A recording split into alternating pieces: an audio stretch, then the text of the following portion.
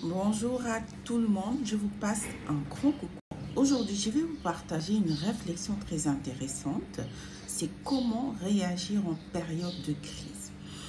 Alors, on va avoir bien entendu des situations assez difficiles qui peuvent se passer.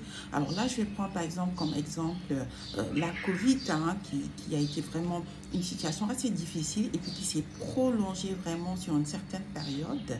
Et vous allez voir qu'en ce moment-là, il y a eu des personnes où ça a été difficile pour elles et c'est tout à fait normal. Et vous allez voir aussi des personnes pour qui ça a été difficile et qui à côté ont pu trouver les ressources pour pouvoir avancer malgré cette difficulté.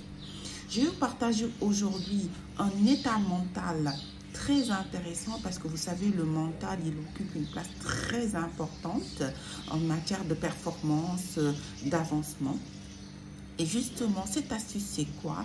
C'est de pouvoir visualiser en réalité des moments où on va dépasser ces difficultés-là.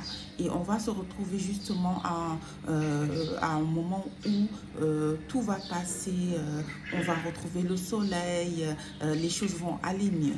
Et en réalité, en visualisant cela, ça va donner un signal très positif au cerveau qui du coup va commander en quelque sorte le corps, le cœur, etc. Donc, tout en bien entendu gérant le moment difficile, bien entendu, pour vous en sortir, en réalité, ayez ce mental qui va se projeter en avant, qui va visualiser l'avenir, un meilleur avenir, un avenir beaucoup plus, on va dire, rose. Et tout ça, ça va vous permettre non seulement de tenir le présent, mais également d'avancer vers un futur plus radieux et de vous en sortir en réalité. Et à la fin de la journée, d'ailleurs, les personnes seront assez étonnées de voir que durant cette période-là, vous avez même beaucoup plus avancé, vous avez beaucoup plus gagné malgré le contexte. Voilà, c'était un petit partage d'expérience, une petite astuce, mais une astuce qui vaut de l'or.